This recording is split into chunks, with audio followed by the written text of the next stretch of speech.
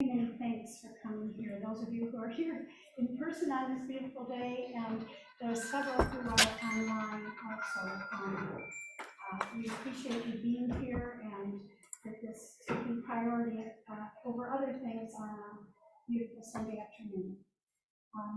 I'm Mary Ann Carone. I'm a member of the steering team of Washtenaw Congregational Sanctuary, also known as WCS. And our other members, a few members of our steering team could not be here with us, but we have with us four. So myself, Ruth Cassidy, Reverend Deborah Dean Ware, who's our tech wizard today, and Jan Fisher-Cock, who is with us. And so you know who we are in the room if you need any follow-up in any way. Just a very brief history that we as WCS came into being in January of 2017, getting ready for the inauguration of that administration in Washington, D.C. And we were founded to give a particular kind of refuge to undocumented immigrants in our county, those who were in danger of deportation. We were hoped to fill a certain gap in the other really valiant efforts in the community, especially WICR, Washtenaw Interfaith, Washtenaw Immigrant Rights, Interfaith Coalition for Immigrant Rights, thank you, of which several of our speakers today were a big part of. WICR doing urgent response, advocacy, and campaigns to fight deportation. But once the fight for deportation came to its too logical end, and we went to the airport too many times in the early morning to see someone off, we wanted to have something to offer them when they were absolutely going to be deported. And so we wanted to house and care for people and families in a congregational building as an alternative to being deported, relying on practices of sanctuary that said that they wouldn't come into church or synagogue or temple buildings, or maybe wouldn't, or likely wouldn't, or it wasn't their practice, but with a big risk that they might. Because there's no laws to prevent that. But we wanted to offer that. And so we worked and organized, and we became a coalition of 14 congregations and 2 community associations. And we were open for business. And on Halloween of 2018, Mohammed Suma sought sanctuary with us. He is still living at a friend's meeting, and where he was in sanctuary all of that time, and he is officially not in sanctuary any longer, although we continue to care for him and watch out for him. Your seat's up here, Yusuf, welcome. And over the years, others have inquired, and they were given the option to have sanctuary, but no one else decided to seek this kind of sanctuary. And now, as Mohammed transitions out of sanctuary, we have to ask ourselves as a steering team, as a community, what kind of sanctuary is needed? We know that we still need to be sanctuary people. We know that there are many immigrants among us who are still under so much pressure in so many different ways, and that can often lead to their deportations. So we are, just to say, we are still open for anyone who needs to seek the kind of sanctuary that Mohammed had. But the fact that in all of these years no one else has come to us, it doesn't seem so likely. So we embarked on this, which we're doing today, which is to look at 4 issues that affect actually all of us here locally, that affect most our neighbors that are undocumented. So today we'll hear from people who are highly experienced with these issues. And the idea is today, help us educate ourselves and become better advocates and activists. That's who you all are. I know almost everyone in this room, and maybe I know people online. So I know that you're already with us. No one needs to be convinced of anything in particular. But these folks are going to help us get really educated on these issues, especially related to the sheriff's election coming up for Washtenaw County, because they all are related in some ways to county policies and county law enforcement. And we're leading up to this. I don't have a flyer to give you. I was supposed to make one, but go on your phones, your calendars, put it in, whatever. But we are going to have a candidate forum with two of the candidates on the Democratic ticket that are vying for what will be the new sheriff, certainly one of them. And we have invited them, and they have accepted to come and have us talk to them. Please feel free to come in. We hope to let them know what we want from county law enforcement, and we hope to ask them questions that arise from what we learned today, and then once whoever is elected, we hope to hold them accountable. So that's kind of our trajectory. We get educated today, we let them know and have a discussion with them. We make our decisions about who to vote for and who to advocate for, who we might even campaign for based on their answers to us.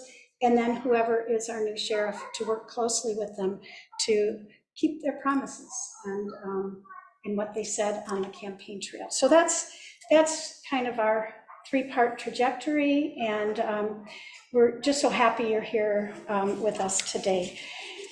Probably many of you know our panelists too. I'm going to introduce them now, and then they're going to do what we came here to do. So our first speaker will be Dr. Bill Lopez, a professor at the School of Public Health, and was very, very active in Wicker.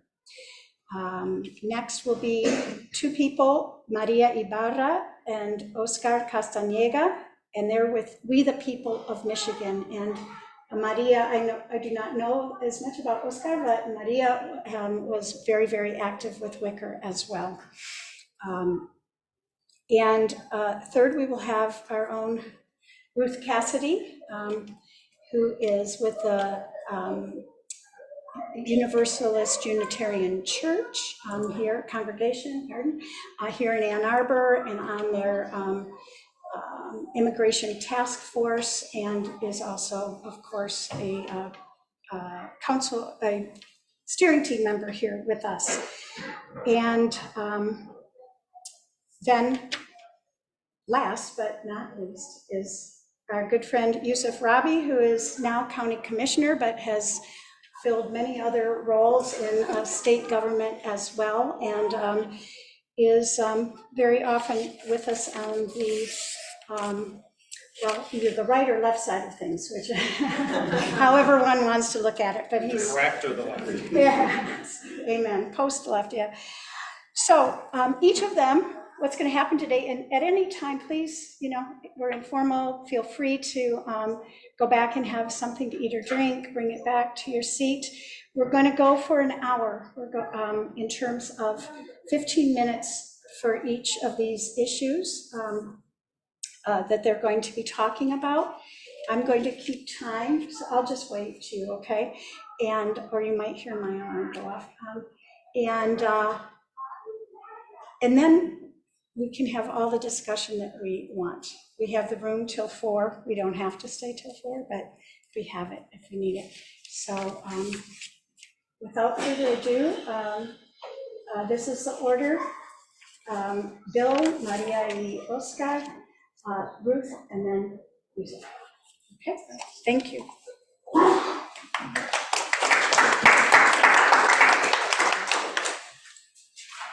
Well, thank you so much, Marianne, and thanks everyone online and present for joining, and to my colleagues here and co-presenters.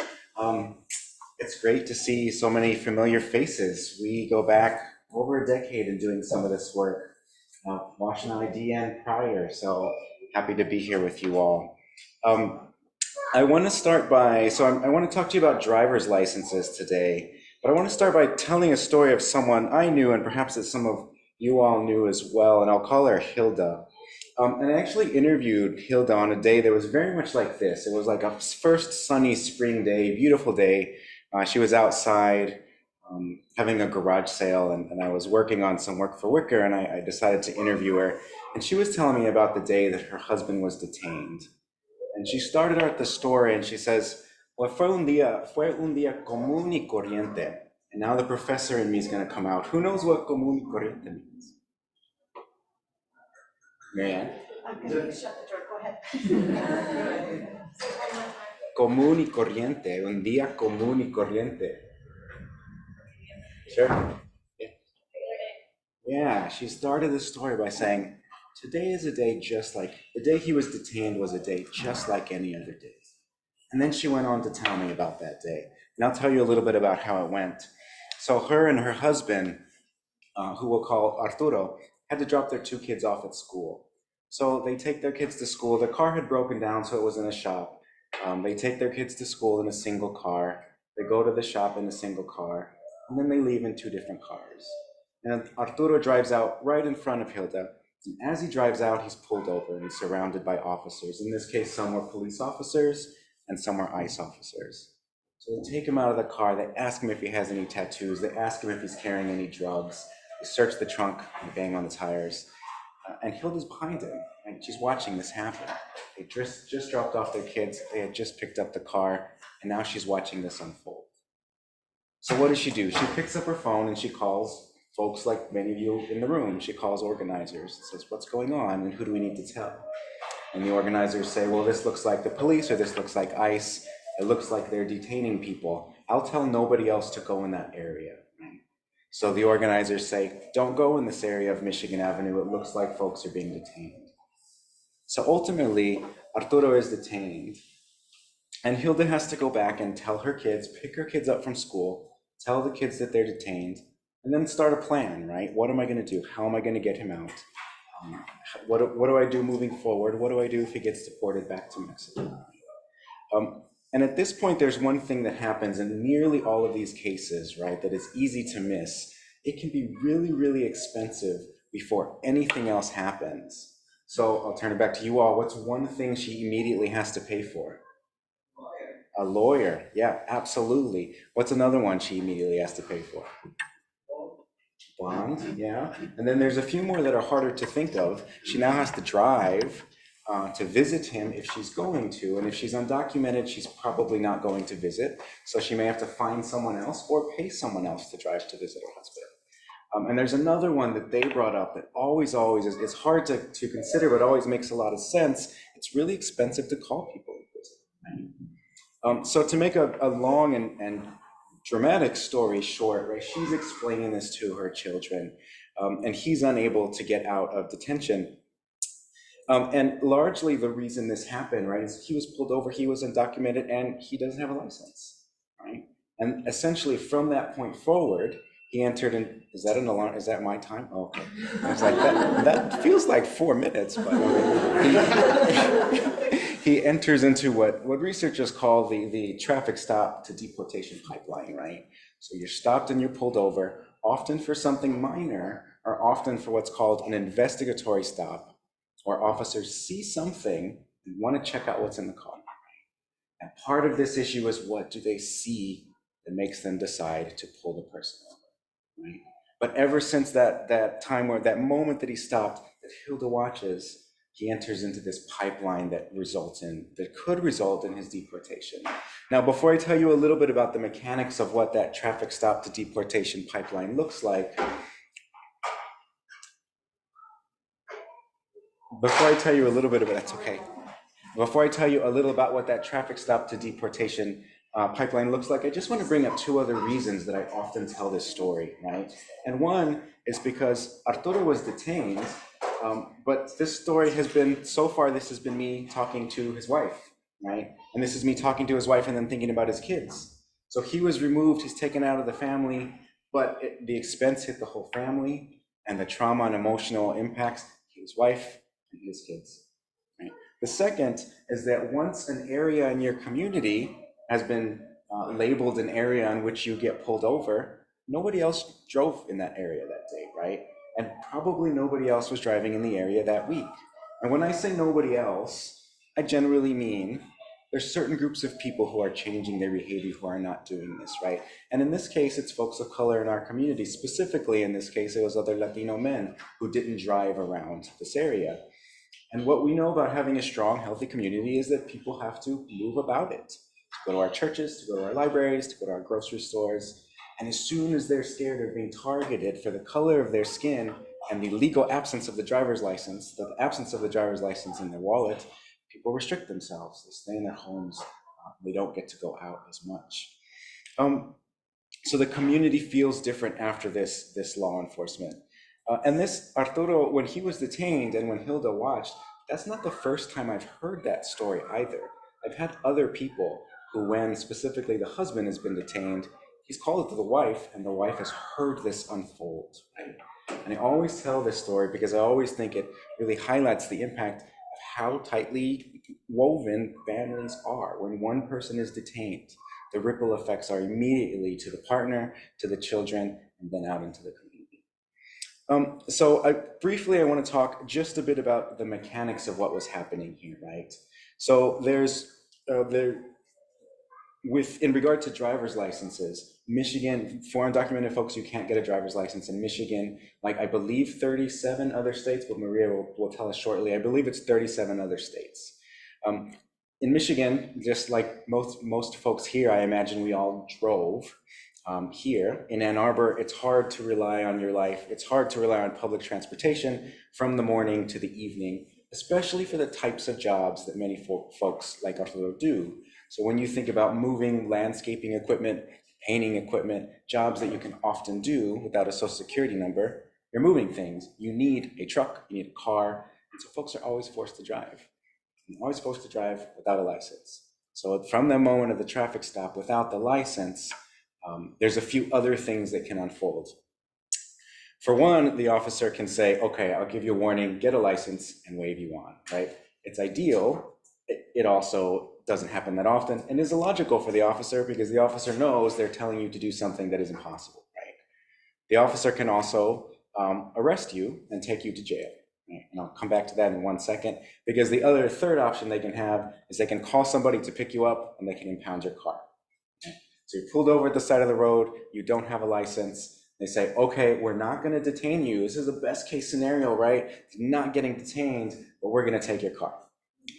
And so this has also happened. We were in a situation, we went with an individual whose car was detained, whose car was impounded, to help her get the car out.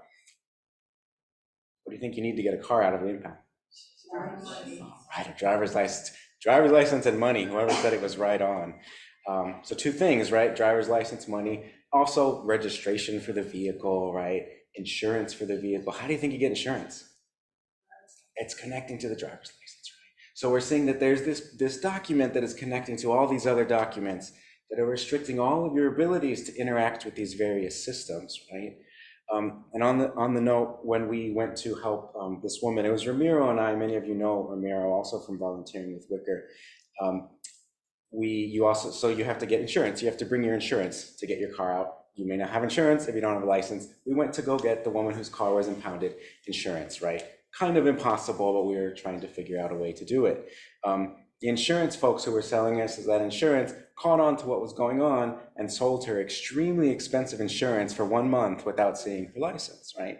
Which we needed, which we had no choice but to pay for. So now she has 1 month of insurance, no license, crossing our fingers that she's going to get her car out, which she does. And all of this was the best case scenario. This was the best case scenario. So going back to the mechanics of this, the officer pulls you over, you might be told to move on, in which case you still won't have a license. Your car could be impounded, or you could get detained or put in jail. If you get put in jail, the jail ICE can place a hold on you or detainer, and then the jail can decide whether or not to honor that detainer and hold you for ICE. And who makes the decisions about the policies in the jail? This is a hint. It's the sheriff. And who's the only elected official in the police department, in law enforcement, excuse me? Also the sheriff, right? So this is one that's really critical when we're thinking about this, is that the traffic stop to deportation pipeline, a big part of it hinges on what happens when folks go to jail. And the person who decides that is the sheriff, right? It's the sheriff every time. So this is a question we need to ask the sheriff, and this is a policy we need to hold the sheriff to. Just to wrap up, I want to think about a couple of things. Thinking about policies, we also can push the sheriff, because driving with a foreign license, so a license from your country of birth, is legal. You need a translation of that license, but it's legal, and you shouldn't be in jail for it. Once you're in jail and picked up by ICE, it doesn't matter if it was originally legal, right? So we need to continue educating our law enforcement about this and holding them accountable to this. We need to be accountable on who is pulled over and why, and we need to track that data. Folks are starting to be able to do great work about regarding this, like what are the demographics of folks who are pulled over. Again, these investigatory stops, as what happened to Arturo, looking and saying, I bet there's a reason to pull this officer over, right? Pull this individual over, often mired in anti-immigrant sentiment and racism, right? Racial profiling. And lastly, we need to simply reduce the number of stops that happen and the number of opportunities to end up in jail. And this, we'll talk about license plate readers as a way in which we're going to increase opportunities for this to happen and what we should do about it. And just to wrap up, I want to point out that in telling Hilda and Arturo's story, I didn't tell you what happened to Arturo. So I didn't tell you if he was deported or not, right? But none of what I've said has changed so far, right? The impact was there, the money was there, the expenditure was there, the trauma for the children were there, right? And this is, again, before the deportation. Ultimately, he was not deported. So I again want to emphasize that this was absolutely the best case scenario we could have hoped for. And we need to work together to make the best case scenarios much better, obviously, than they currently are. So thanks so much for your time, and thanks for listening to Hilda's story. And again, thanks for the folks who worked with me on that specific case so many years ago to help make it successful.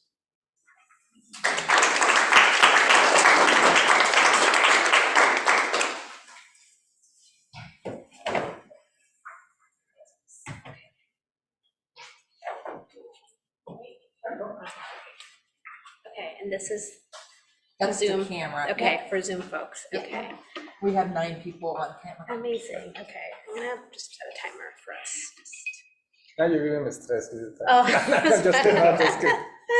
Hi everyone, my name is Maria Ibarra. I am the Deputy Director of a statewide organization called We the People Michigan, that is part of a coalition that we're both representing, a coalition called Drive Michigan Forward, that is trying to win back driver's licenses for undocumented folks, but also for a variety of other folks that don't have access to a license because they don't have their documents ready, or they were escaping domestic violence. There's multiple reasons why people don't have IDs.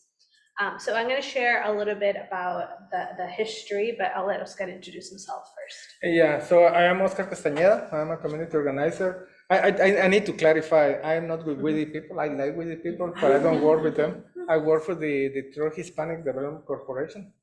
So I work in Detroit, but I live in Lansing.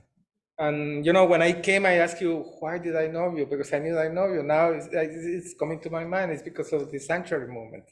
Because I became an organizer just in the beginning of the sanctuary movement, and I had some really exciting times in Lansing working in this, which Cristo Rey Church was a sanctuary, and also with the closing detention centers in the previous administration. Yeah. So in Michigan, undocumented folks have not been allowed to get driver's licenses since 2007. So prior to that, you could get a driver's license. If you were undocumented, you can get an ID. In 2005, I think it was Attorney General Mike Cox wrote an opinion piece. Really, it wasn't even like it was not a law. It was an opinion piece saying that undocumented folks should not be considered residents of the state and therefore cannot get an ID or driver's license. mind you, undocumented folks are considered residents of the state when they have to pay all kinds of taxes. But now when we have to get the benefit of that, which is an AD.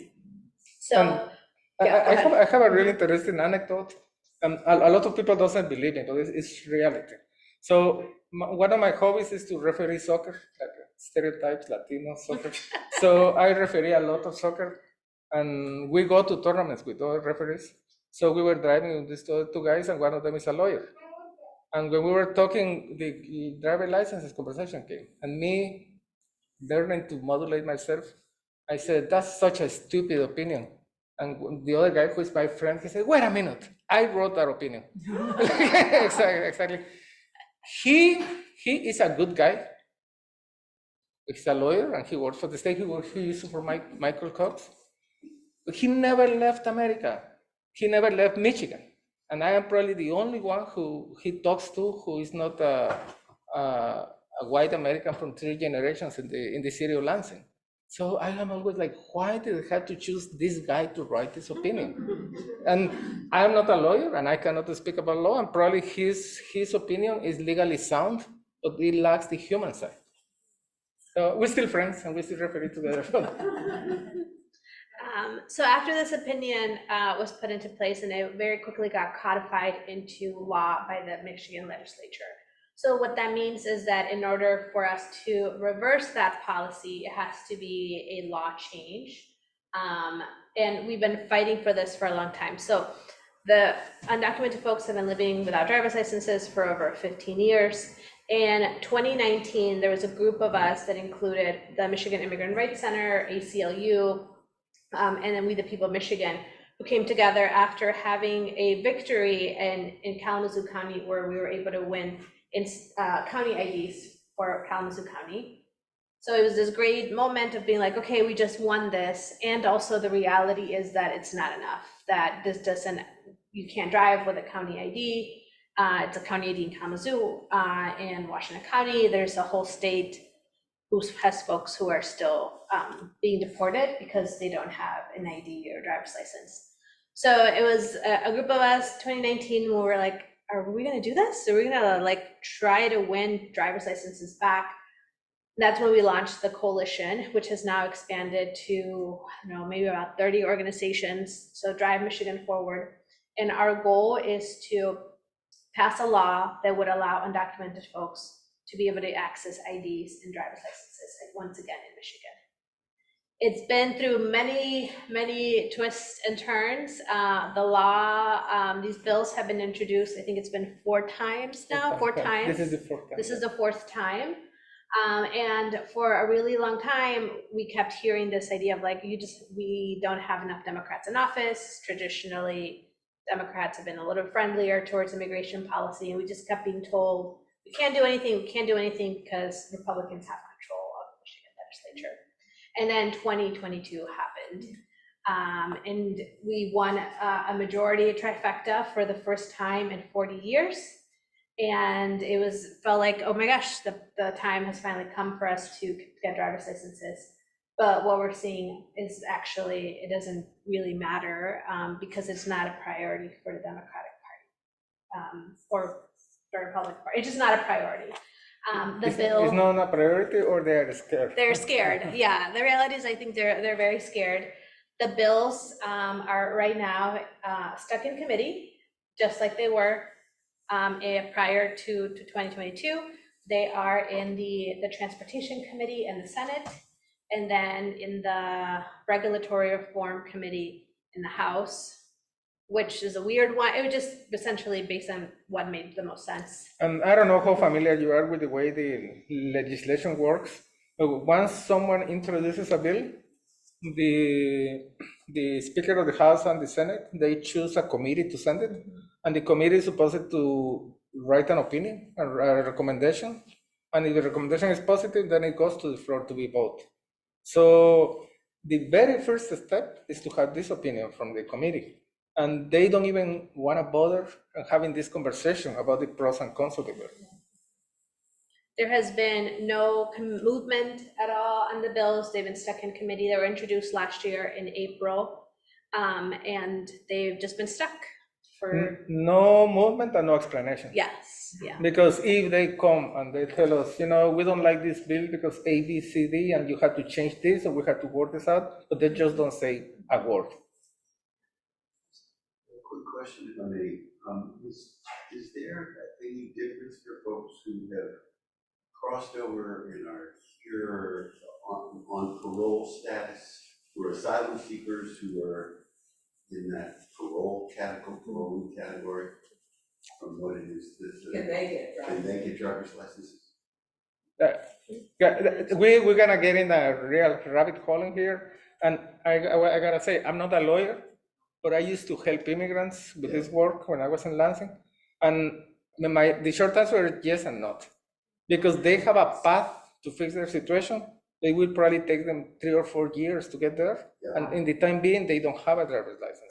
Right. And it comes to this whole different conversation of why are they accepting people to come, but at the same time, they don't provide the resources. Get all of that. That's another. They- That's a whole other question.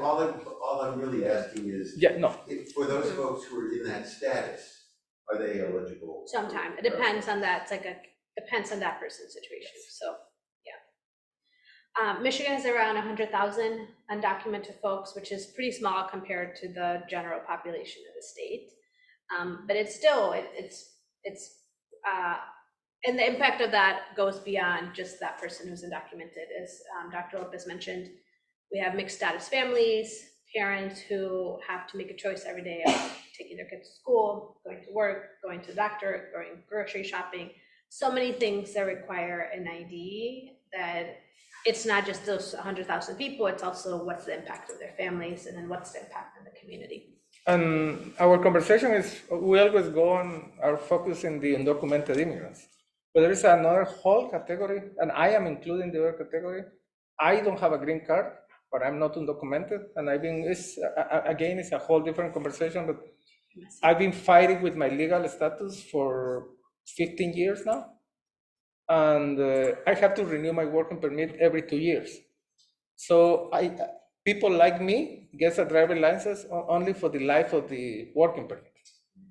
So, and then you apply for the working permit, but it's taking up to 500 days to get the new one. So if you don't have a working permit, you don't get a driver license. So if you don't get your driver license, you lose your job. And so the bills are currently in committee. We have the plan and the hope is that they would move during the lame duck period. So lame duck is a period the day after the election, when elections are done, but before the new legislature takes over. There's this period about a month and a half where it really depends on what that transition of power looks like. So if it goes from, like in 2018, it was from majority Republican to then a Democratic governor. Lame duck was incredibly intense. Hundreds of bills moved through because they're trying to get as much done as they can before they lose control, either Democrats or Republicans. We're not really sure what it's going to look like this year, but we do know there will be a lame duck, and that's what we're hearing from legislators, that that's when they want the bill to move. We're skeptical. We've been told so many lies, like literally at this point, it's been lies. We were told the bill was going to move within the first 100 days, and then the summer, and then it just been really like the target keeps changing. The last that we were for our coalition is that we need 56 votes in the Senate. We need 56 in the House, 20 in the Senate. We have 54 confirmed yeses in the House. We have 20 confirmed yeses in the Senate. So we really need to. But the reality is that it doesn't matter if we get to 56 because it's not a priority for the Democratic leadership. So the bill, our assessment is that even if we were to get to 56 votes, unless the Speaker of the House wants to move the bill, it's really not going to move. So Joe Tate is the Speaker of the House. He's from Detroit. I would say he's probably the target at the moment because he's the one that really, like if he wanted to move the bill and put it up, even if we don't have the votes, we're so close that 2 of those remaining reps, they're not going to break away from their party. So they're not going to, they're just going to vote in the same way the party does because it's safer for them. So the target right now is Joe Tate, and what we think is that probably lame duck is the most realistic because because they're really not in session right now. They're gonna come back in session in probably April. The whole thing that I won't get into about special elections, in April, they're gonna have like probably a month and a half window of being in session, and then they're gonna go in summer recess, and they're gonna be worried about their own reelection. So the time frame for this to move is probably gonna be lame duck. And if not, then we gotta reassess. Yeah, and if you know, it happens to me, I'm sure it happens to you, that you engage in conversations and you find people who will say things like, oh, but they're gonna vote, or they're gonna get benefits. This is not true. It's absolutely not true. And in the immigration legal system, a major capital sin is to vote without being a citizen. And there are records for it. So immigrants who don't have the right to vote are really scared about it. They won't do it. They won't do it even if they manage to get a voter registration. So this is a myth. And another one is, you know, they talk about safety in the streets and this kind of thing. Someone mentioned before, there are 18 states that have driver. I wish there were more than 18, but it's only 18 and Washington, D.C. And there are multiple studies that show the roads are safer and the economy improves when they provide driver licenses for everyone. And a big thing in Michigan, the insurance cost goes down. So they complain so much about insurance in Michigan. That would be a reason to make a change. And I'm just giving you these ideas because this is conversation that comes all the time in, you know, in birthday period, Thanksgiving or something like this. If you wanna ruin the party, you can bring this subject. I am sorry that we didn't bring flyers for you. Honestly, just forgot to pick them up. But what we can do is send the Drive Michigan Forward website. It's drivemichiganforward.com. We'll send it to you, Marianne, to share out. That has a way to take action and get involved. It's been a little bit quiet because we're trying to figure out, like, what does this mean? it's an election year. How do we figure out like the best strategy? Definitely contacting Joe Tate and then contacting your rep. Washington County reps tend to be pretty good on this. So Jason Morgan supported, Jeff Irwin, Felicia Brabeck, Sue Shank, like all of them have support. But the reality is that unless the speaker wants this to move forward, it's not. It's just like he has so much power to block it. And not only Joe Tate, but also your reps, because you know they tell us that they would vote in favor. But it sounds to me like, you know, when you were in high school and your friend says, "I'm gonna cut class," and you say yes. But when it's time to run, you don't, right? So there are politicians at the end of the day, and some of them are like, are you really gonna vote for it? So maybe they say yes just because they know that it's not happening today. They might change their mind. So if they hear from you, that would really help. I'm sure they will help because they will sense that they have to. 5 seconds. 5 seconds. Yay, look at that. Right. Thank you. Thanks, Thank you. everybody. Thank you. Thank you. We have a request just to repeat the question that from the people on Zoom can't hear the question. So when we get to that point, we have to, so people can hear.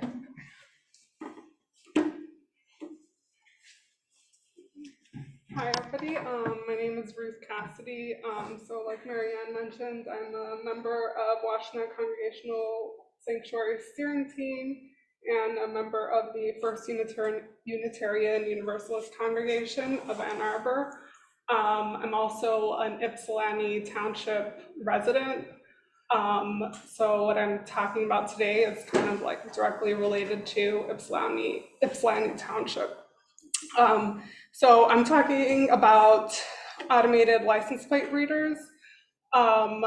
So what they are devices that combine high-speed cameras that capture photographs of every passing license plate to identify the plate number. That's combined with a so-called hot list database that alerts local police if there's a hit. So police typically emphasize that these are used to identify people or identify stolen vehicles or Amber Alerts or vehicles associated with Amber Alerts. However, they're most commonly used to, they've been most commonly used to identify vehicles that have outstanding fines on them or that are due for inspections. That's more relevant in other states. So this is kind of like a basic description of ALPRs that doesn't exactly capture the whole scope of them. So, but the big things to recognize is that these are like a mass surveillance technology that raise major concerns about privacy rights, guards against unreasonable search and seizure, and algorithmic bias. So these are all issues to be concerned with ALPRs, not just that they're, identifying potentially stolen vehicles. So information is collected from ALPRs and stored in a centralized databases and sharing systems. So recently, ALPR companies like Flock and Vigilant Solutions, those are a couple of the main companies that provide this technology. They've been expanding into AI as well to supposedly assist different law enforcement agencies.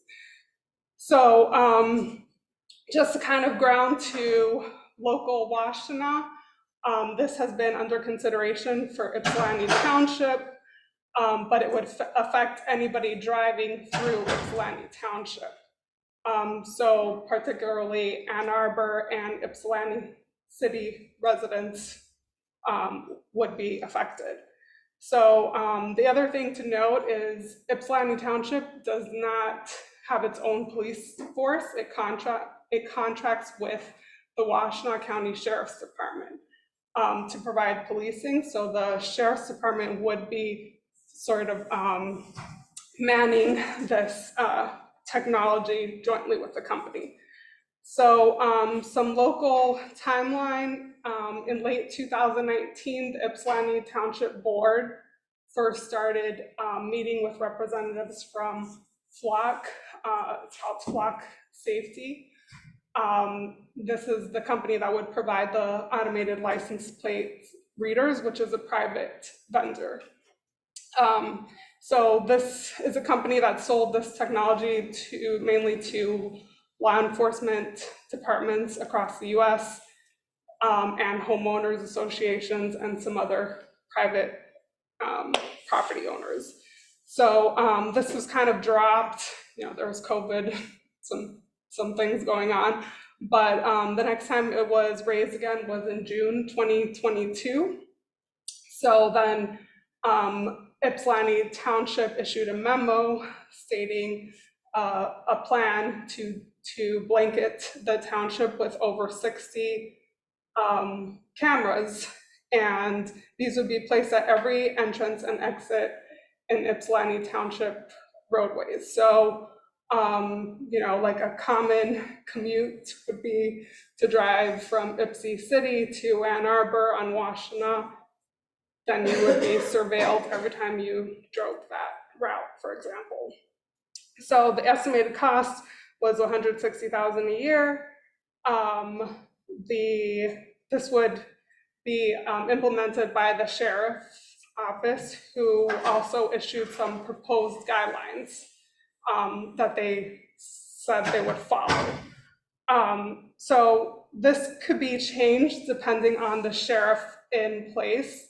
So we have a current candidate who's associated with the current sheriff's administration, who's supported this implementation of the technology. And then we have another candidate who's come out and opposed this.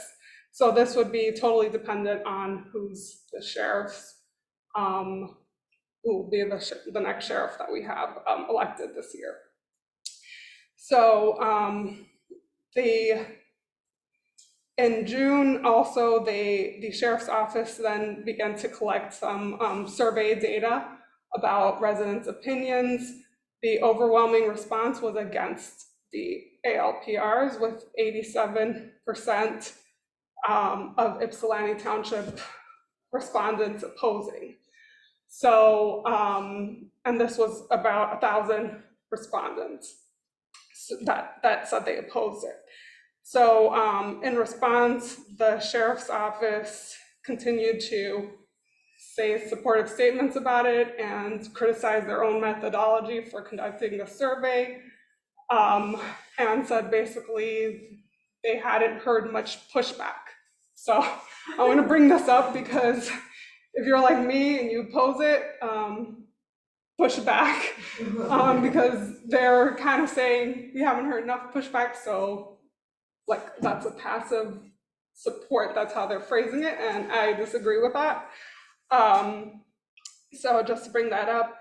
And then it kind of ramped up in September, mid-September.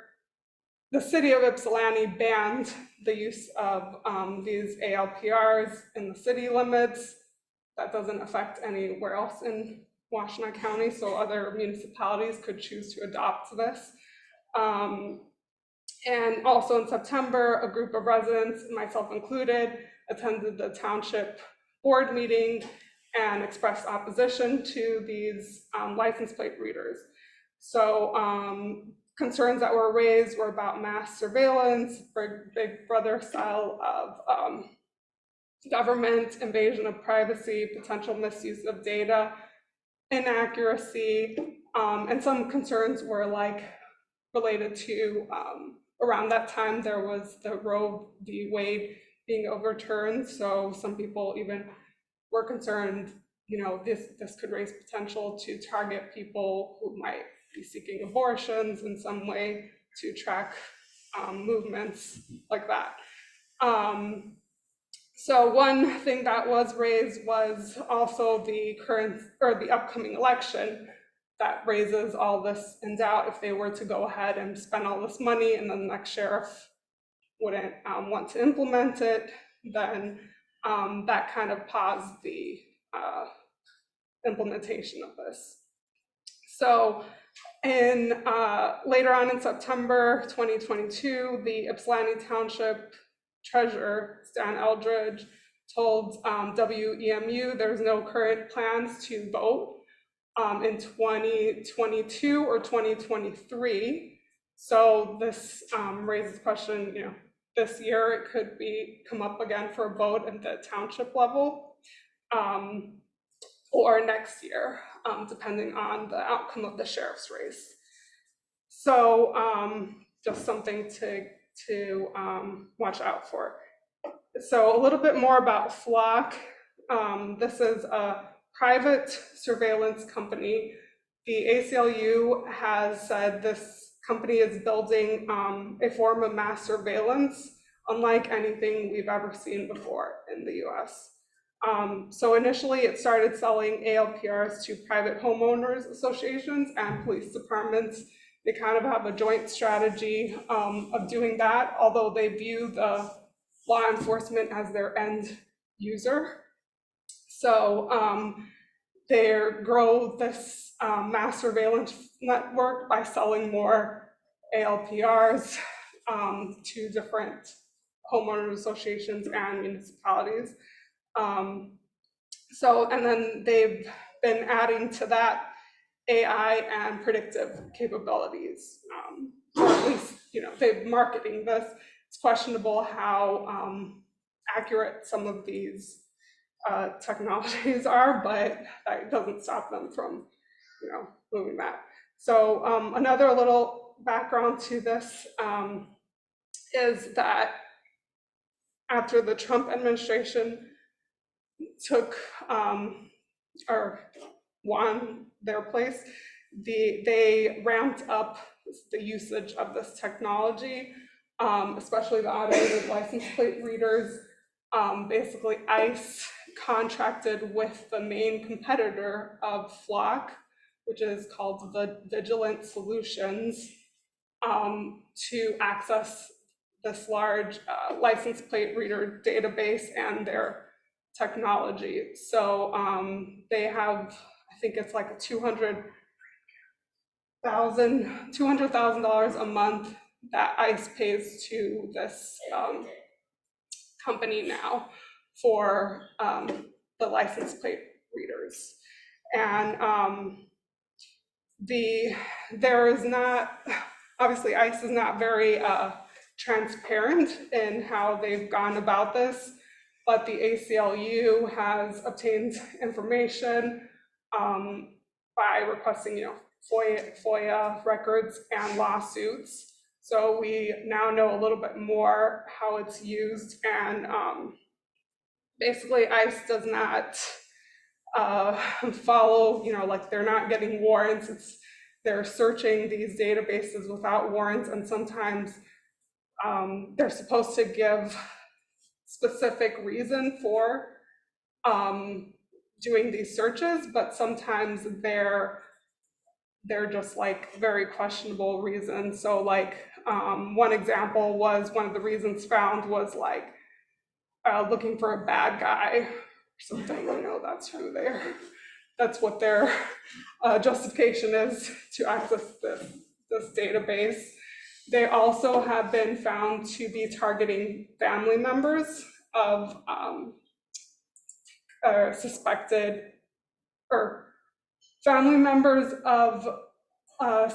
undocumented immigrants' vehicles. So, and a New York Times investigation of how ICE was using this technology in Washington State showed that they were also targeting some activists too. So these are all major concerns about how ICE is using this technology. While Flock is not a contractor with ICE, their leadership has expressed interest in expanding partnership with ICE. It would be very lucrative for them. And they've said, unless the state bans the use of these, of ICE using these databases, this technology, then they say that's, they're totally open to that. So this has come into play with California. Prior to California passing sanctuary state laws, this is different than congregational sanctuary, but one of the guidelines was saying that ICE, the ALPR should not be used in the state for immigration enforcement. But prior to that, they were using that in California. So it's totally not transparent about how these are being used, but what we have been able to find out is that it's not respectful of privacy rights. They target undocumented immigrants as well as people associated with undocumented immigrants, and without warrants. So these are some things to think about. So Flock basically was only founded in 2017, but it's had massive growth. And a big part of that is because they've leveraged the cloud technology, and they're also able to market this, their cameras, because they have low startup costs for the adopters. So Flock retains ownership of the hardware. So the city, considering Flock, might just not have to pay for that. So it's a little bit more affordable for, versus putting up their own cameras that then they have to maintain and monitor. So those are ways it's been able to grow. And the other thing is the private-public partnerships is very key. So they're not getting as much scrutiny as, say, if ICE came out and said, we want to come up with this mass surveillance system and ask for money for it. Instead, they partner with these private companies who already went and approached various municipalities for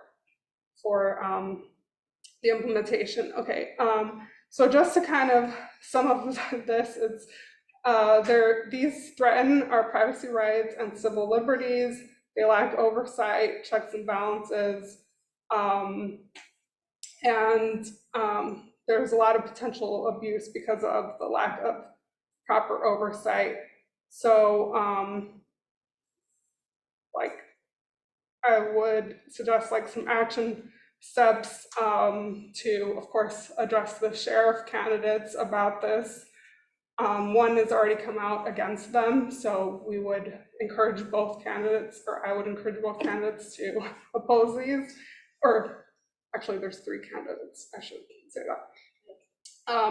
And also if you're in the township, you can reach out to the Ypsilanti Township Board and express opposition. If you live in another municipality, you can also contact your city or township representatives and ask them to pass a ban, like what was passed in the city of Ypsilanti.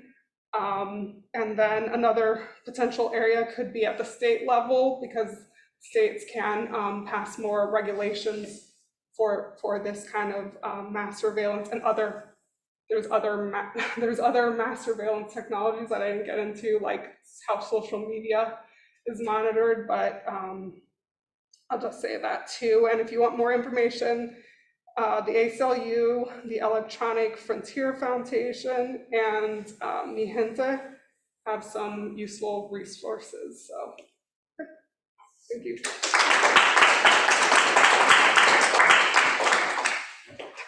All right.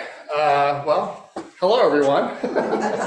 Let's get a round of applause for our other panelists that came before me. They did a wonderful job. I gotta figure out the camera, Yeah, because you gotta you're adjust the height. Maybe I'll do this the whole time. I don't know. I don't know if I can get it anytime. So hopefully it's okay. I might go a little bit over 15 minutes. I do want to comment on some of the other things that were said, and then I want to talk about the millage. But I want to start with the cameras question.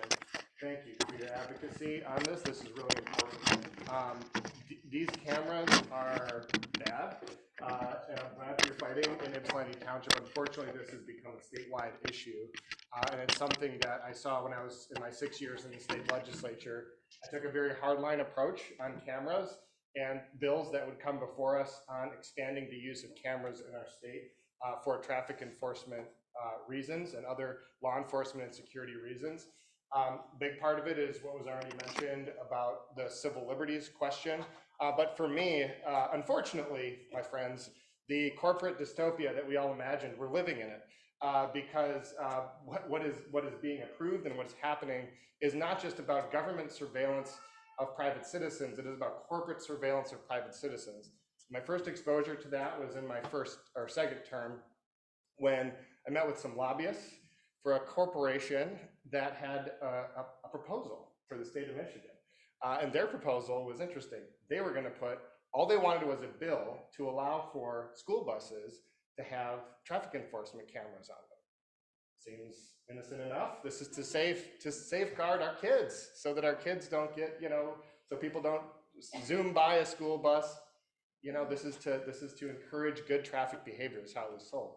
Well, I dug a little bit further, and it turns out what this arrangement is that a school district will partner with this company. They will install the cameras for free, and they will also monitor the cameras for free, and they will also send people the speeding tickets essentially for free using the school district's logo. So when you would get it in your mailbox, it would say, hey, the school district is fining you for $500, or I think that's first offense $500. You don't get to, nothing else happens other than you, according to them, break the law, and they send you a bill in the mail for $500. Has the school district's logo on it. Does the money go to the school district? The answer is no. It goes to this private company that has contracted with the schools and given them free cameras. And by the way, to add a little bit of salt on the wound, the revenue from these tickets used to, this was the other bill in the package, used to go to libraries. Now it doesn't go to libraries anymore, it goes to schools so that they can pay these private companies to enforce these cameras. So bad news bears, not good. They also wanted to put it in construction zones, cameras in construction zones. There's actually a bill now. I was actually part of the group that blocked it when I was in office.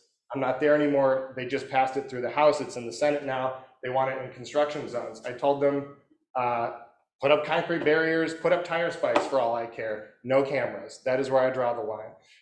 And again, this is, corporations working on doing this kind of thing. The last example I'll give you If you've been driving on 94 between Detroit and Ann Arbor recently, you will notice that there's construction and there's sort of a weird lane that they've created. What is that lane? You might be asking yourself. That's another bill that the legislature passed that I opposed. Governor Whitmer's Department of Transportation pushed for it. She signed the bill, and it was essentially what that lane is it is an automated vehicle toll lane. They will be installing cameras. If you go on that lane, you will be tolled. It is Michigan's first toll road, other than the bridges that we have, that like the Mackinac Bridge. This is Michigan's first toll road. So what this scheme was is that they basically took a public road, a public asset, a public right of way, and they told this private company, you fix it up, you put all the automated vehicle bells and whistles on it, you put up the cameras, and then you get to collect the tolls on this public asset. This is not okay, but this is the reality that we're living in.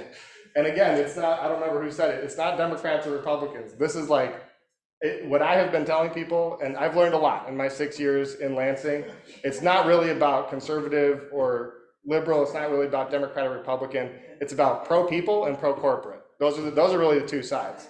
There is a group of politicians that will fight for the people no matter what, that won't take the corporate money, that won't take the money from lobbyists, and the vast majority of them do. And the vast majority of them voted for stuff like this, and they'll continue to vote for stuff like this until they hear from you. Which gets me to the point of the Drive Safe plan, which is absolutely, I'm so glad that you mentioned it, this is really bad. I mean, I was in the legislature for 6 years of full Republican control, and they wouldn't give, there was a point at which they almost even gave it a hearing and had it voted out of committee, and then the speaker intervened, and there was this whole kerfuffle, and it didn't happen, but a Republican committee chair almost actually gave it a vote. And for us to now be facing the same headwinds, worse headwinds in some ways, is an embarrassment to our state. And so, as was said, continue contacting our local elected officials. I do believe that most of the people that were mentioned, in addition to Jeff Irwin, Jen Conlon, our other Washtenaw County folks, I do believe that they genuinely support and that they would skip class if the rest of the, if it were an opportunity to, in your example. But I do think that they will be supportive. But what is always needed in Lansing is hardening the positions of our elected officials, and for them to hear from you, to know that what your thoughts are. I mean, even contact them about this camera stuff, because this stuff keeps coming up, and it will keep coming up. And a lot of times, people just don't. There's so many different issues that come up that it's hard to pull back the layers of every onion to see what's actually on the inside. But contact those elected officials all in Washtenaw County and beyond, and just letting them know, these are where my value sets are. We need to, protect ourselves against, not just that, surveillance state, but surveillance corporate state. And we need to make sure that, everybody in our state can, have access to licenses. That's absolutely critical. And even if they're already there with us, they need to know how strongly we feel about this issue, and that we are willing for them to push as hard as they possibly can, because the pressure that they're getting is, if you speak out on this, you're going to compromise a majority. I guarantee you that's been said to them at least once. They get threats. It is frankly a culture of fear and intimidation that exists in Lansing. Having been there, I feel like I'm in Alcoholics Anonymous. It's like I can tell you some more stories, but it is. That's the culture that they have in Lansing, and so they are getting that pressure from their own to say, don't speak out on these issues. So you play a role in that to say, we need you to speak out on these issues. It is not an option not to speak out on these issues. And frankly, what I keep telling people is, it's not just about how they vote. Look at how they vote, for sure. That's important, because that's, at the end of the day, it's how they vote. It's what bills do they co-sponsor? What bills do they sponsor? What do they say on social media? What do they say at public events? And oftentimes, the worst part about money in politics and this political pressure that exists, it's not really, at the end of the day, the voting. It's all those other things. And I'll just give you one quick example on that, which is not related to the immigration issue. Line 5. I distinctly remember when Dana Nessel was issuing her Line 5 lawsuit, she called the Democratic caucus in both chambers and said, I need my friends in the legislature to put out a statement on social media that just says, we support the Attorney General and what she's doing. Guess how many senators and House members were willing to do that? Because of the pressure that Enbridge and Big Oil was putting on my colleagues. There were 5 of us. 5 of us that were willing to put a Facebook statement. So think about that. On the Washtenaw ID, now this is like positive, solution oriented, right? We were able to fight back over 10 years ago now to get Washtenaw County to have an ID. This is really good, this is really important. One of the things I want to report back though is over the last 10 years, we were groundbreaking. We did show a lot of the region and the rest of the country. I was invited to New York to help inform them and how they were doing their ID program. This was a first of its kind in the Midwest, transformational. A lot of people up here were very much a part of making that happen. But over the last 10 years, with the pandemic in particular, the amount of people that have signed up for the ID has gone down. And frankly, the utility of the ID increases as businesses and government institutions accept the ID, right? And just to give you a little bit of lay of the land, there was a partnership, longstanding partnership between the county clerk's office and Synod Community Services, which Keita Cohen was the director of. And now that Synod is no longer serving our community in the same way, that partnership has gone away. And so that community focus and that opportunity for community outreach has kind of gone away too. So just want to let you all know that in the last budget process, I put forward a budget amendment to create a new position in the clerk's office to fill the shoes of what Keita used to be doing and doing some of that outreach to actually reinvigorate the program. It was not funded, that's the bad news, but I did get the commitment of the administrator that we would find a way to do it this year with like our budget reauthorization. So I'm working right now with him to figure out where that money is going to come from, working with the clerk's office as well. And we're really hopeful that we can get that position hired so that we can reinvigorate this program and make it useful again. Because as I said, it's all about how many businesses take it. Is law enforcement actually going to respect it? Are the libraries and schools and et cetera all going to accept it? And it's all about education. And so we need that person who's going to be able to get out there and have those conversations. Now, I came here to talk to you guys about the millage, and that's what I'm going to do. Now, I will preface what I'm going to say with, I am not the popular kid on the Washtenaw County Commission. I am kind of the fly in the ointment, and a lot of people don't like that, but I come with very strong principles and ideals. And so I'm going to give you guys kind of the unvarnished vision that I have of what's going on. My colleagues will call me a heretic. Most of them probably will. I am one of 9, and I have been the only no vote on a number of issues so far on the board, as I was in the legislature, again, because for me, it's what are the values, what is right for the people, and that's what guides me. And so when it comes to this millage, it is hard for me to advocate against a millage. It really is, because I support government, I support services. Generally, they help people, they help, and it's equalizer. It makes sure that people of all income backgrounds can live in our community with the services that we provide. This millage though, and by the way, it's going to come up with a number of other millage. I think there's 5 total. Fully support the other 4. I have grave concerns about this millage that's coming up. I don't know if that's what I was supposed to say or not, but this is what I believe. So I'm telling you guys. And again, they'll probably all. This is the public safety and mental health millage, which is what I was asked to talk about. There's also a parks millage, which I support. There's a roads millage, which I support. There's a veterans millage and a few other things. But If I'm not mistaken, there was already approved a millage for mental health, and we're wondering how that's being allocated. Exactly. Yeah. Yeah, and so that millage is up for renewal this year, which is why. Renewal. Yeah, and so it is, that millage it was first approved in 2017, 60% of the vote. It was a public safety and mental health millage is how it was billed. The way that the money flows is, I believe, I get my math wrong here, but I think it's 35% goes to mental health, 35% goes to the sheriff's office, and let's see, 30% goes to cities that have their own police department. That's the current split. I voted for the millage in 8 years ago. I was part of the initial conversations for getting the millage off the ground. Since then, I have seen how the millage has been used and spent, and I have some concerns. It's not to say that I won't ultimately support it, but it's to say that as it currently sits, if nothing were to change, I would not support renewal of the millage. There's a few reasons for that, because this is getting back to how the money is spent. First off, let me deal with the money that goes to the local cities. The voters voted to approve a mental health and public safety millage. They gave 25 to 30%, I don't remember the exact amount, as basically a check to cities, City of Ann Arbor, City of Ypsilanti, other municipalities that have their own police department. That was basically hands-off money. Here's a bunch of cash, do whatever you want with it. And unfortunately, most of the cities did not spend it on anything related to mental health or public safety. They spent it on a bunch of other stuff.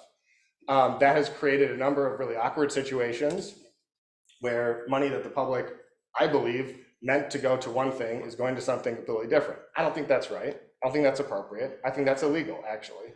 And so I would not support the millage being renewed with that provision in it.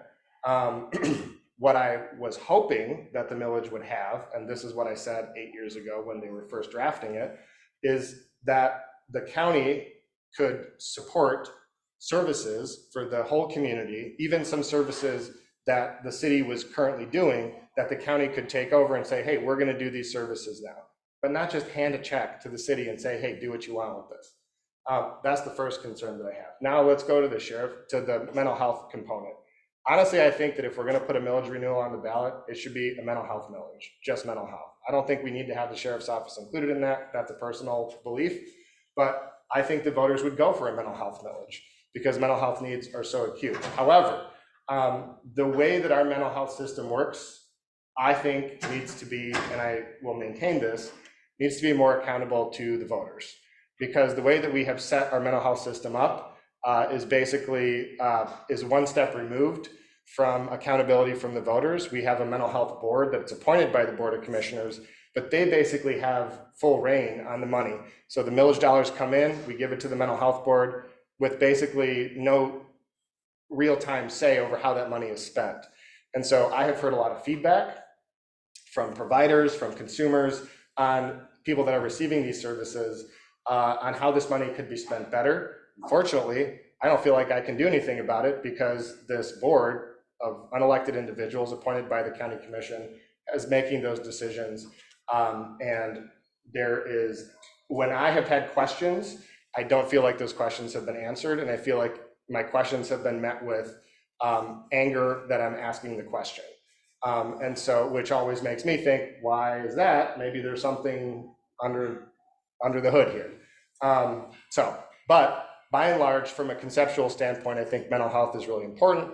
And this millage, in my opinion, should be focused on that. As for the sheriff's office, my concerns are plentiful. We could start with the fact that $25,000 or $250,000 of so the millage raises about, I think it's about 15 million. So divided 3 ways, essentially. So it means the sheriff's office gets.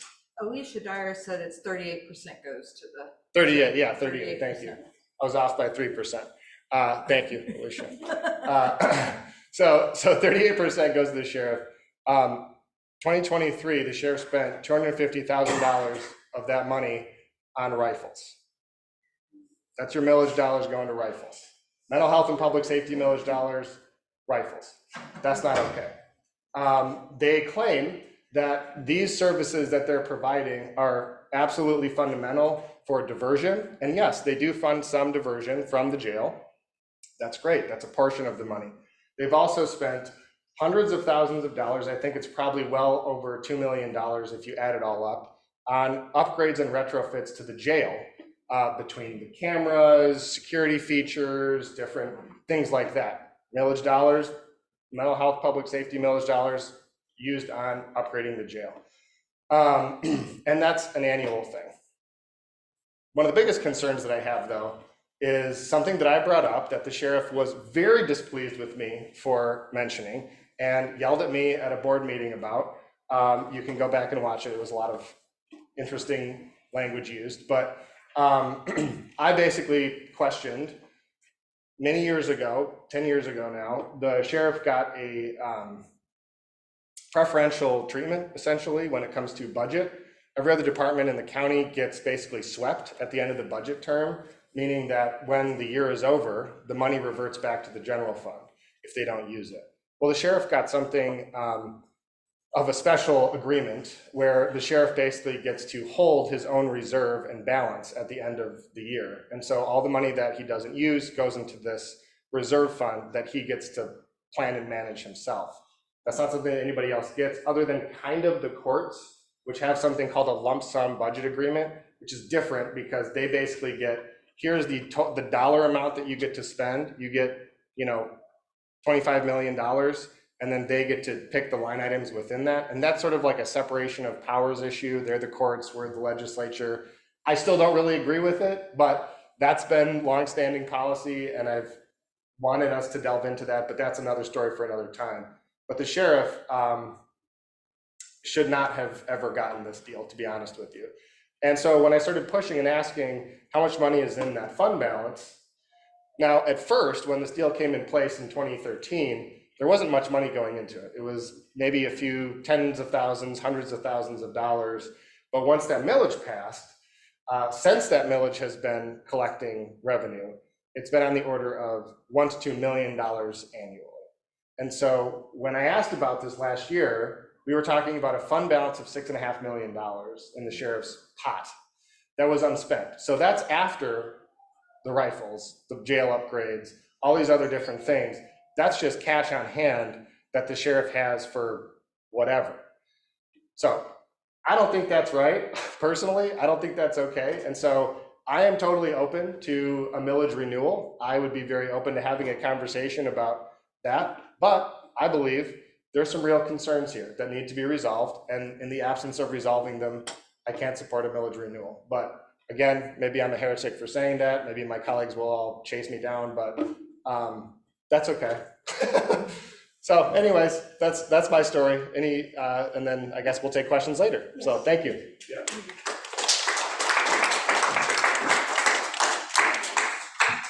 Wow, okay, thank you, gosh, so much. That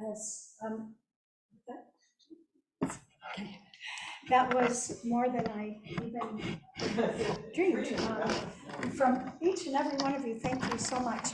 And I want to open it now for questions. And I think because we want to get things going. I'm just trying to make sure. Okay. Get the people online also to see. What I'd like you to do is ask, raise your hand and ask your question to a particular person, if you have it, that would be good. You remember, or to a particular issue, and then we can give it to that person who will come stand here to answer it, even if it's a quick question. We'll just. They can actually stay seated. I think if they speak up, they can stay there. I have it so they can see? Yeah. Oh, okay, so you can just do that. Perfect. Woo. All right. So I know I have a bunch of questions. Are you ready with your questions? Anybody? About any of our issues? Yes, Lane. I must have misheard, and maybe you don't remember, but in the very beginning when you said that, I think it was Arturo was stopped, you said two things. And do you remember what the two things were? Because I could have sworn you said just they have any tattoos, and I'm sure that was wrong. Correct. So they asked him if he has any tattoos, if he was trafficking drugs. Okay, so that's what I don't understand. The tattoos? Yeah, so tattoos are, so this is going also back to the database of, I'll connect in a second. So when Arturo was pulled over, the officers asked him if he had any tattoos.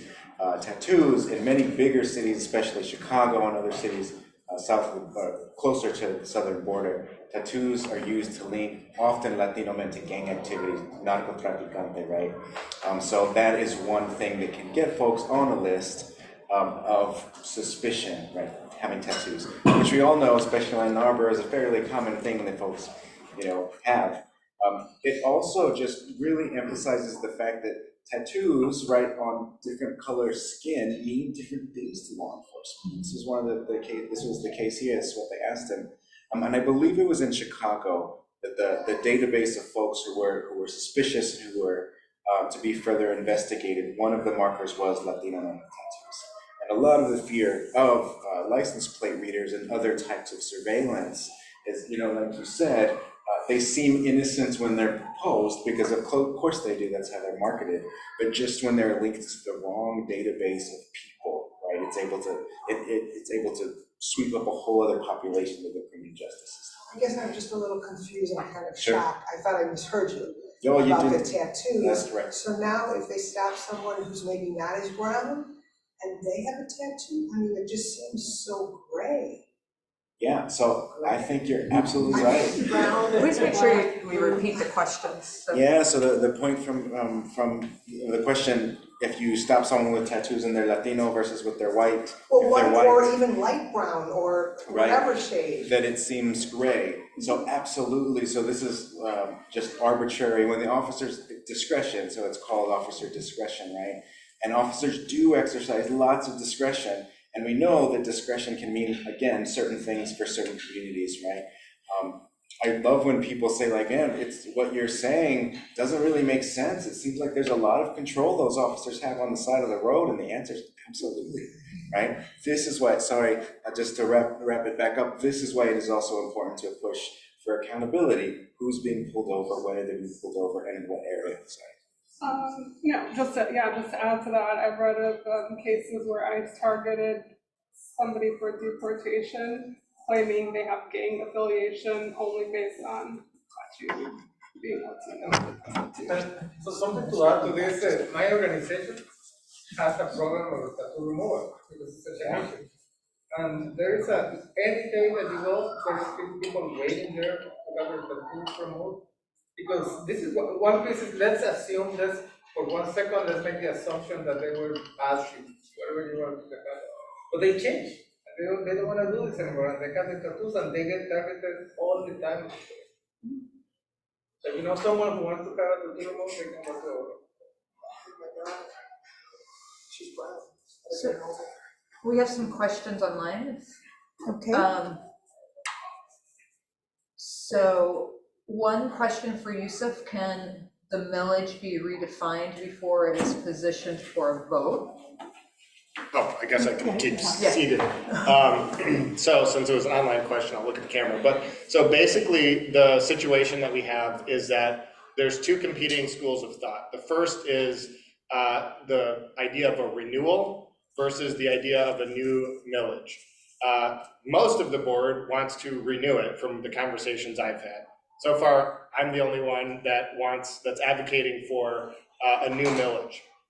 If we do a renewal, the advantages of a renewal that the folks that are supporting it, the reason that they're supporting it is because usually a renewal is easier to pass. It's sort of like if you're running for judge and you have incumbent on the bottom, it's like easier to win re-election. So if it's a renewal, you can tell the voters, hey, this is just like, you're not paying anything more. This is like just the same thing that you've been doing. And so this is just a renewal. So doing a renewal is the easiest. If we do a renewal though, we have to keep the language as it was. Will have to stay the same, meaning that 38% will go to the sheriff, 38 to mental health, and the 25 to the cities. And so nothing will change about how the money is being spent, basically. Although there is a chance, and something that I'm exploring now, that because there's also, in addition to the language that appears on the ballot, there's also an ordinance that we draft that kind of guides how the money is spent.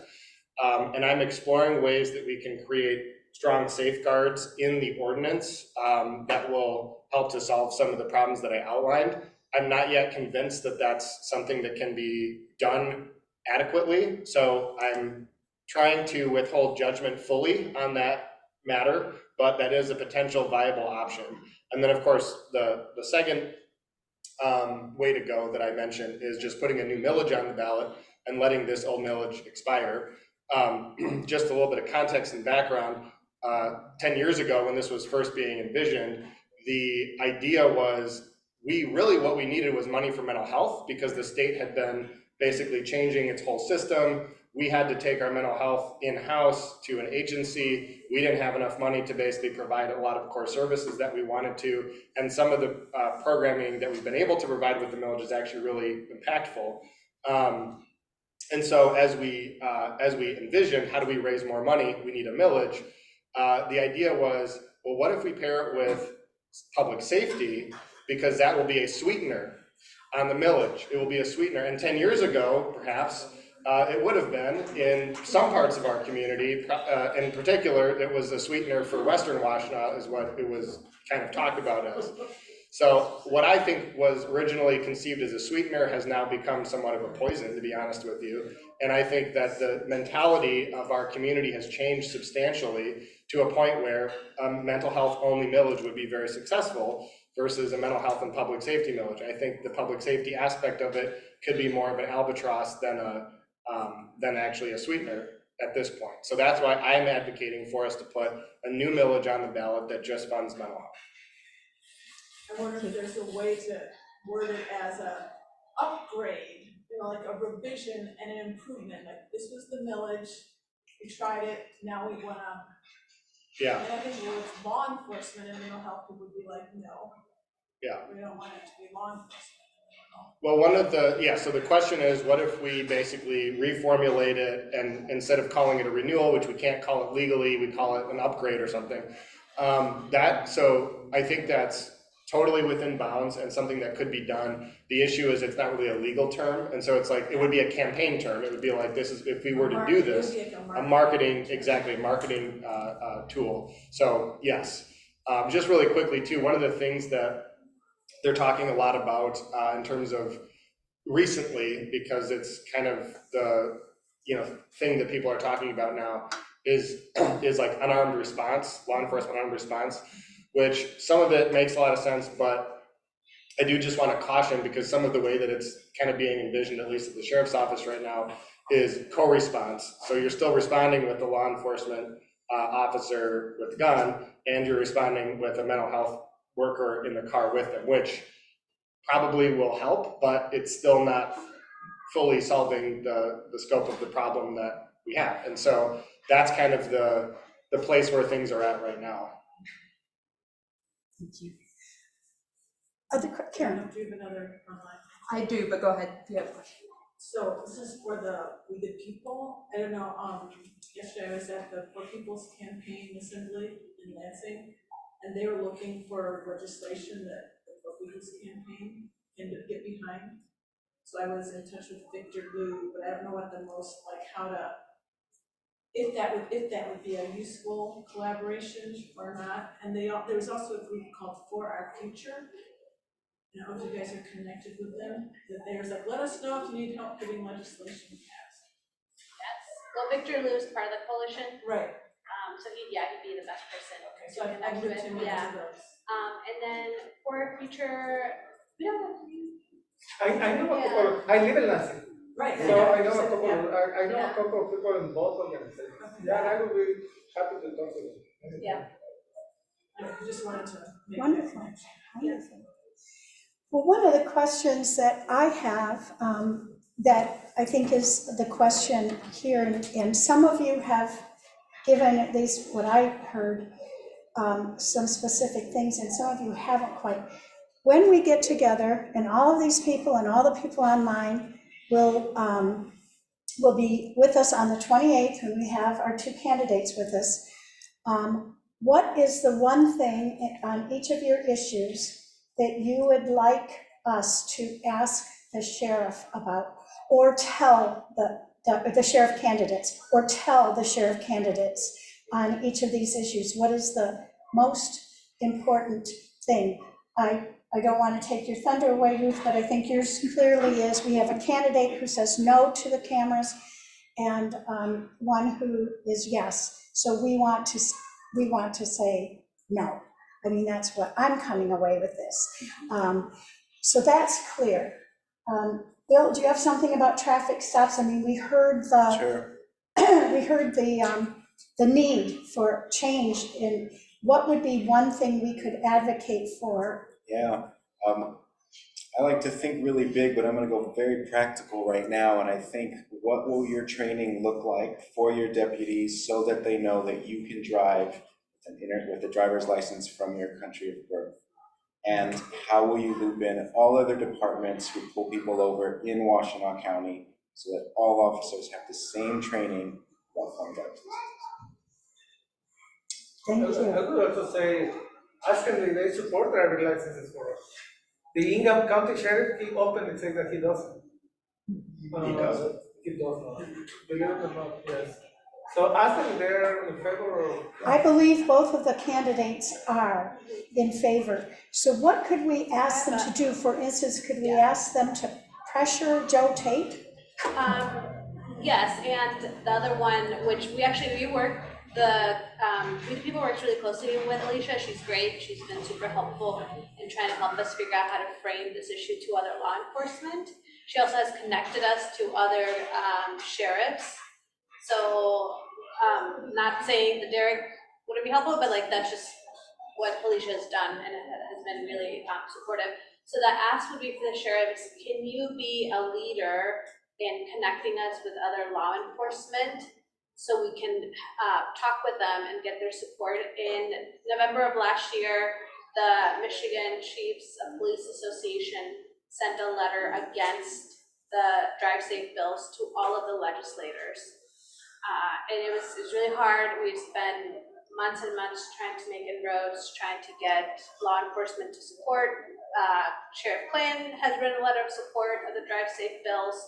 And then we had that letter that came out that was really harmful. So we're still trying to figure out like how do we address it.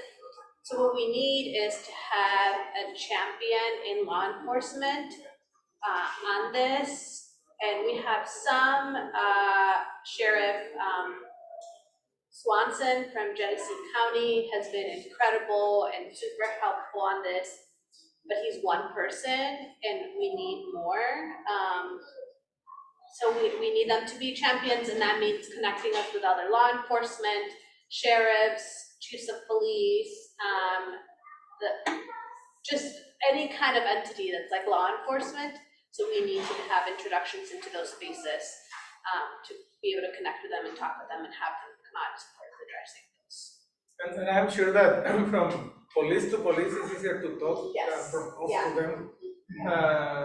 And as a result of this sanctuary movement and all those things, Lansing has an agreement with the community leaders, and they will, if you don't have a driver's license, they will stop you, they will give you a ticket, they will impound your car, they will do many things, but they will never ask you your immigration status. Yes.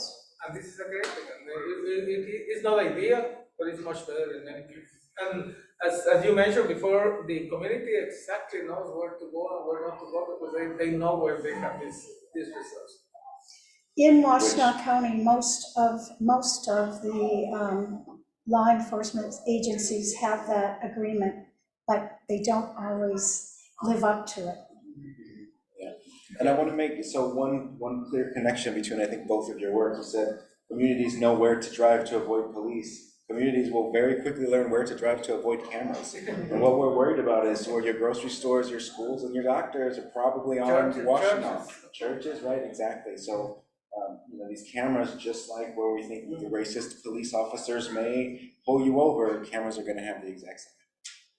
And I even give them credit. You said racist. There are a lot of ignorant police officers who just don't know, and they just don't know what it is.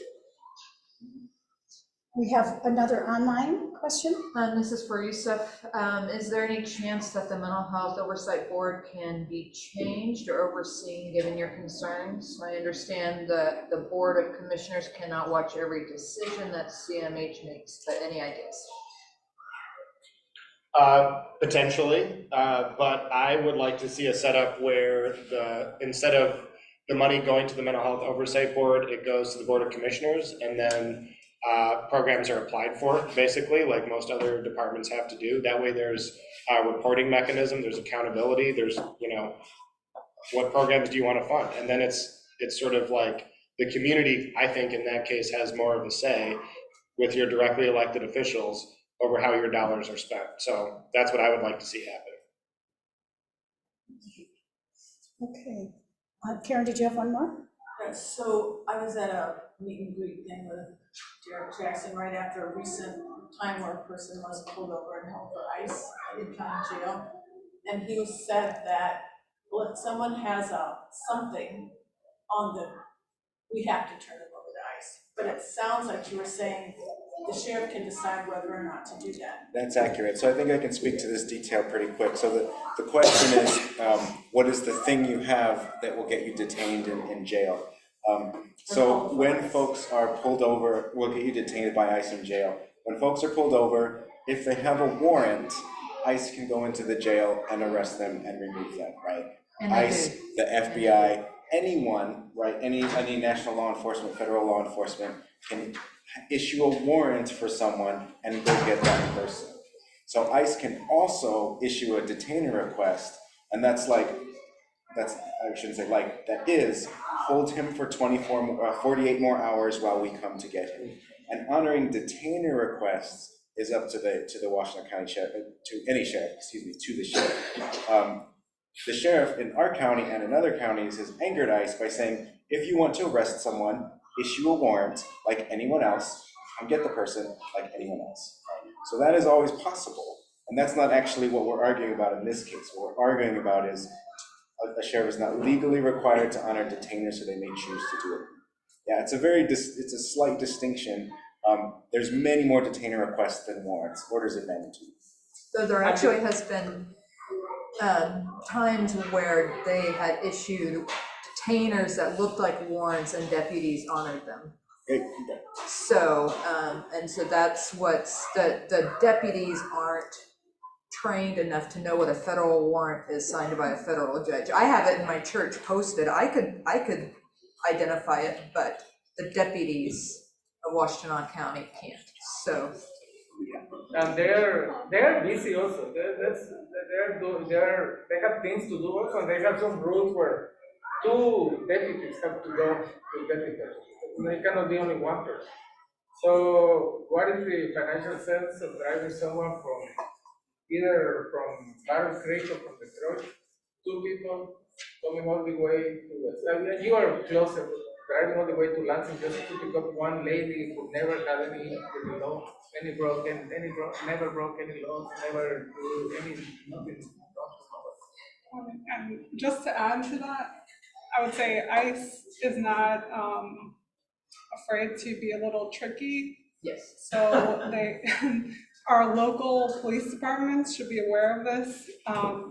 There's a difference between a warrant and a request, but they might make them sound like the same thing. So I would think local law enforcement should know that. Some of us who volunteer with Wicker have actually gone around and trained local businesses, or at least shown local businesses how to identify an actual warrant versus just ICE showing up and kind of misleading, like they have a right to go and arrest somebody. Signed Yes, they warrant have to have too. Signed So- by a Federal judge, judge, by a federal federal judge. judge. And I do think that would be a good question to ask at the forum. Not just what is your policy going to be, but I mean, I think the sheriff's office could play a role in the outreach too. I mean, they could go out and educate people on, in the community. So. I am going to Yeah, exactly. call a stop now to this, and first of all, let's thank our panelists very, very much. I'd also want to thank all of you for coming and all of you online, I do have one important announcement, but after I'm done with that, please, I encourage you to stay for our last 15 minutes, informally talk with the folks up here and have some cookies and something to drink. And don't forget to come on the 28th. And now you know just what to ask for. And even if we ask it over and over again, or tell them over and over again what we want. It is at the Church of the Good Shepherd on Independence Boulevard. Reverend Dean Ware is the pastor there, and so we'll use their sanctuary. I want to announce that on the second Tuesday of March, so that would be not this coming Tuesday, but the next. I don't have my calendar with me, but so the exact date. The Latin America Task Force of Interfaith Council for Peace and Justice has a series of talks, and they are online. It is through Zoom, and it will be someone from the border telling stories from where she has worked at the border. And we are talking about what we can do here in Washtenaw County locally, but even us as Washtenaw County people, want to remember and be aware of what's happening at the border, and also what's happening in the home countries, what the root causes of why people have to leave their homes in the first place, and then what happens to them on their route here, and then what we can do here. And so I encourage you to tune into that. It's on the ICPJ website. I'll do my best, if you've left your email for me, to send you a reminder of it for that Tuesday in March. And then ones that follow are also more talking about what's happening in people's home countries, in Latin America at least. So thank you so March much, 11th. everyone. March 11th. It's March 11th. No, maybe that's March 12th. Or 12th, yeah, that sounds more familiar. March 12th, Tuesday, March 12th, and April 28th. So thank you very much.